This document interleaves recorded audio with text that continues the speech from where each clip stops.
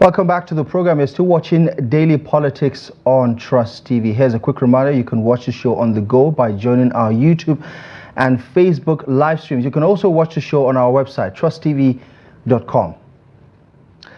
Let's talk about the unending battle to restore security in different parts of the country, but with specific focus to what is happening in the Northwest. Over the past couple of weeks, the spotlight has been on the pushback against the activities of bandits, and the Nigerian army has recorded quite a big one with efforts to consolidate on the previous successes following the elimination of the notorious bandit leader Halilu Sububu. Now, of course, many are asking the question, what about the other celebrity bandit, Bello Turji, and of course the others who continue to perpetrate their heinous crimes against people across the Northwest? Well, let's double down on that particular discussion with a security and intelligence expert, CEO of Beacon Consulting, Dr. Kabir Adamu, is joining me virtually to help us navigate some of these issues that continue to come to light in the interest of the public. Doctor, good evening, and thank you so much for joining the conversation. Thank you, and good evening to you. Right. Okay, let's start from the successes of the Nigerian military. A lot of people have cause to feel optimistic about what comes next, but some would say we've been here before, where the successes come, but the government is unable to sustain them. What is your reading of the various theaters of operation vis-a-vis what it says about consolidating on some of the successes that have been recorded over the past couple of weeks? Okay, let me start by commending the Nigerian armed forces for the renewed vigor in their interdiction and other operations. We've seen in the last few weeks, such improved vigor. But then so many questions have come to mind. As someone who has over the almost 30 years been both in operational as well as industrial security like I am at the moment, what the very essence of any security strategy framework that you are trying to implement that strategy within. So I often wonder, is this attempt to decapitate the leadership of some of these terror groups or bandit groups, is it driven by strategy? Have all the eyes on the dot on the eyes, are they in place? All the T's, have they been crossed? So I'll give you an example. Studies on counter-terrorism and on fighting organized crime groups have presented the efficacy of decapitation as an option. And in all of those studies, the conclusion is that it is just one out of 6 elements that must be in place if success will be guaranteed. So as an example, is there another strategy on strategic communication that would draw away the support that leader who has been decapitated?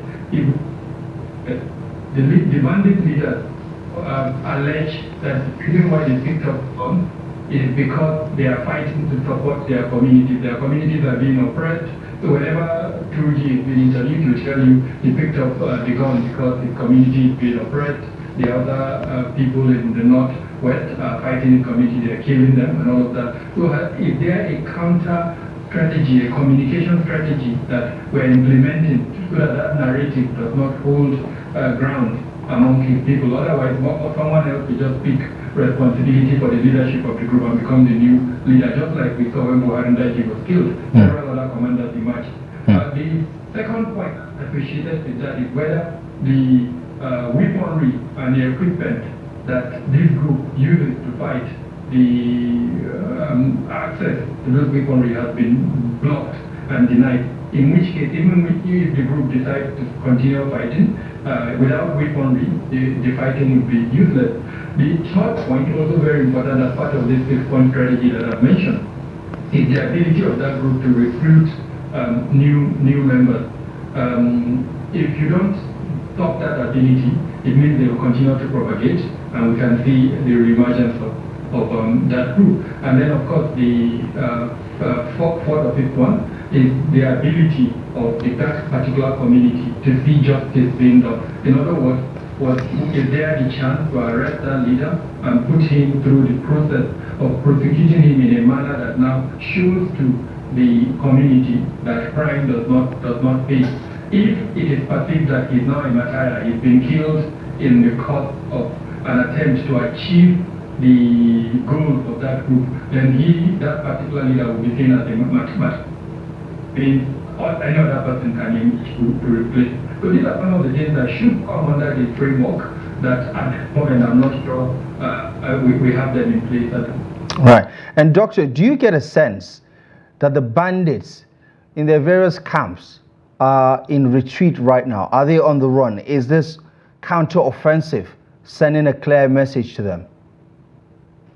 No, definitely. The state of incidents have reduced tremendously since this renewed vigor by the Nigerian military. It's an indicator that's something that will move on. The second element, which we've also seen, which is absolutely important, is the fact that farmers are able to now access their farms. The situation where in the past it was possible for them to access their farms is no longer the case. And then you can also see that the body language of a lot of the leadership in those locations speaks to more confidence against what it was in the past. So to that extent, yes, what is important beyond all of these indicators that I've mentioned is sustainability. As a event of conflict situation, there are certain elements that you want to see. Number one is that sustainability in the strategy. Number two is the resilience that has been embedded within the community that would now allow them to support this sustainability plan by the Nigerian armed forces, as it were, and the other security departments within the country. So I'm not hearing that kind of discussion going on at the moment. So while I'm optimistic, I'm being cautiously optimistic because we've been here before. We've seen instances where the operations by the military would lead to the killing of certain bandit leaders or even terror group leaders. But then because those strategies are not sustainable, not being maintained, you see those groups coming back to life again. So I'm hoping that it's not what's happening. And I know the Chief of Defense Staff has announced that the silo operations that we have in the Northwest will be consolidated into one single operation. If that is the case, then it kind of gives me more hope, because it means that sustainability element will probably be achieved. But even at that, I do have a lot of questions, and I'm hoping in the course of our conversation, I will discuss that. Yeah, and in talking about this particular kingpin that always steals the headlines, do you think, his symbolic arrest or elimination would perhaps win this war for Nigeria? Because it does appear that the people want to see this notorious kingpin brought to justice, especially because of some of his messaging over the past couple of weeks that seems to make him look untouchable. Do you think that Bello Turji should be their number one target, looking at this counter-offensive efforts over the past couple of months? So what we have seen, as you know, I head the company, and we do have monitors. Notice that in the last few weeks, the media strategy by Bello Turji in particular has improved. He is now savvy, really, in his engagement with the social media. His videos are more, you see him well-dressed, you see his gesticulations and his actions in the video, engaging with his audience. So it appears either he has been watching some other terror leaders or bandit leaders in the manner in which they engage. A good one, which I think is the former leader of Jamaat al Jihad that was killed in, I think, 2017, thereabout. It appears that maybe he watched some of his videos and he's now trying to replicate that. So yes, it gave him in his popularity, a notorious popularity, I must say, and capturing him and subjecting him to the judicial process, or in where he refuses to cooperate, killing him, would definitely send a message to other bandit leaders and to the entire bandit ecospace and community that banditry could not be. But beyond that, I remember our initial conversation around the various elements that are important when you are pursuing a strategy of decapitation. Even if Turji is taken out and those other elements are not implemented, it's the possibility of somebody else replacing Turji is extremely high. Yeah, you did talk about how the network seems to be hydra-headed. You cut one off and then two more perhaps spring up, and they would want to make a statement that would get the attention of the authorities as well as the communities they continue to attack. But let's also talk about one particular side of the conversation that has got a lot of people worried. Zamfara State, for the most part of the last few years, has become the epicenter of the banditry in northwest Nigeria, and two of the most prominent political figures have been going back and forth, to say the least, about the security situation there. This past week, the governor of Zamfara State alluded to something of an indictment on the Minister of State for Defense about his involvement. Those allegations, of course, are things that we cannot verify, but going off of the political side of this argument, because there is a politicization of the conversation around insecurity, back and forth. What do you make of it? Because there was a damning memo that made it to the social media indicting the Zamfara State government, giving money to bandits, even though this governor has denied the credibility or validity of that document. But what do you make of the political rhetorics that continue to accompany the conversation around restoration of law and order in all of these volatile states? With a sense of responsibility and modesty, we'll put it in one word, where you have a significant portion of the state under siege by it, and then you now have political leaders that, for all intents and purposes, should be in the forefront of addressing the challenge and are now arguing publicly among themselves. I have no other word to describe as unfortunate, and I do hope the elders in the state would call them to order, because there are prominent elders. There is a particular individual who was at one time a presidential aspirant, has been a national security advisor. He's seen as, with all the ramifications of a statement. There are several other persons that I believe should step in, call not just these two political leaders that are publicly changing words. Every other political leader, call them to order and remind them that the state owes them. They are benefited from the state. One of them was a governor for eight years. After being a governor, he's now a senator. The other one is a sitting governor at the moment. And so they owe gratitude to the state. And this is the time for them to show that the confidence that the state and the people of Zamfara repose on them.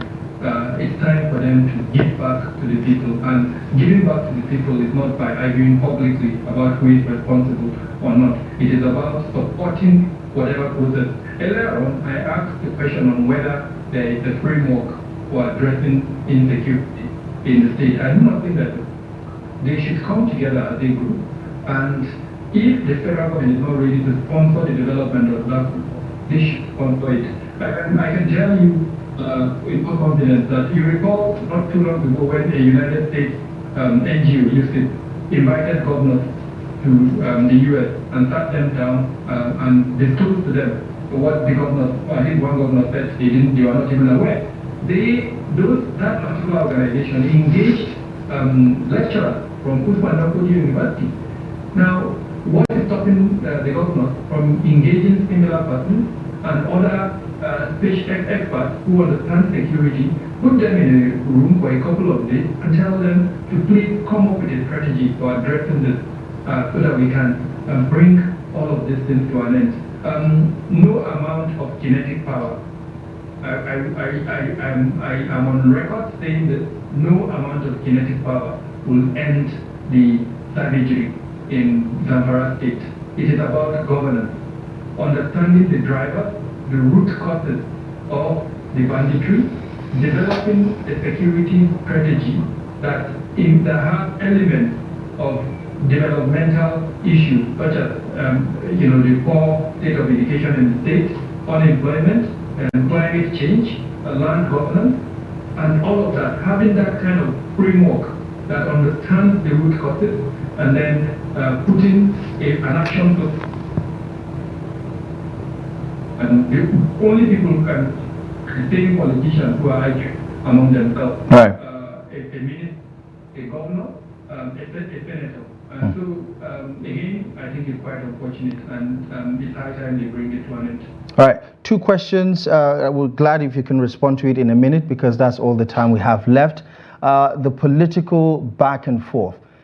Do you see it undermining all of these efforts to restore peace in the Northwest? And then on the kinetic and non-kinetic approaches, do you think that the option of surrender, for instance, negotiating with these bandits, should be taken off the table entirely? What do you recommend? So regarding the political back and forth, whether it's undermining peace in the Northwest, yes, Zamfara has become the epicenter of the challenge in the Northwest. A significant number of the bandits who go to Sokoto as an example, or go to Katsina, or even further down to Niger State, have their roots as it were in Zamfara State. So the inability to address the challenge in Zamfara has affected other neighboring states, definitely. With regard to whether kinetic or not, it's proven academically and in various forms of operations around the world. You have to combine the two. In some instances, some academicians have said 20% kinetic and 80% non-kinetic. So it can be the difference that it was actually for non-kinetic. And I'm hoping that this is what the Northwest will embrace. I'm very happy that the Northwest Development Commission, the bill has been signed. So hopefully in the very near future we'll have a Northwest Development Commission and that would look at these developmental issues and work with the governors to address. It's not about the federal government really, it's more about what the state government will do. All right. Dr. Kabir, as always, thank you most kindly for joining the conversation. Appreciate your expert analysis on this all too important topic. Thank you so much for joining us on Daily Politics tonight. My pleasure. Before I run, I would love when the National Assembly opens up to interrogate this new military operation. Questions around how long and other things like that. Thank you very much for having me. Thank you so much, Dr. Kabir Adamu there, CEO of Beacon Consulting, an intelligence and security expert, speaking to us about the ongoing counteroffensive against bandits in Northwest Nigeria. That is our show for you tonight. Thank you most kindly for joining us. Feel free as always to follow us across our social media platforms to stay in touch. My name is Abdallahi Ahmed. From myself and the rest of the team, thank you for watching Daily Politics. We'll be back tomorrow live at 8 p.m. Good night.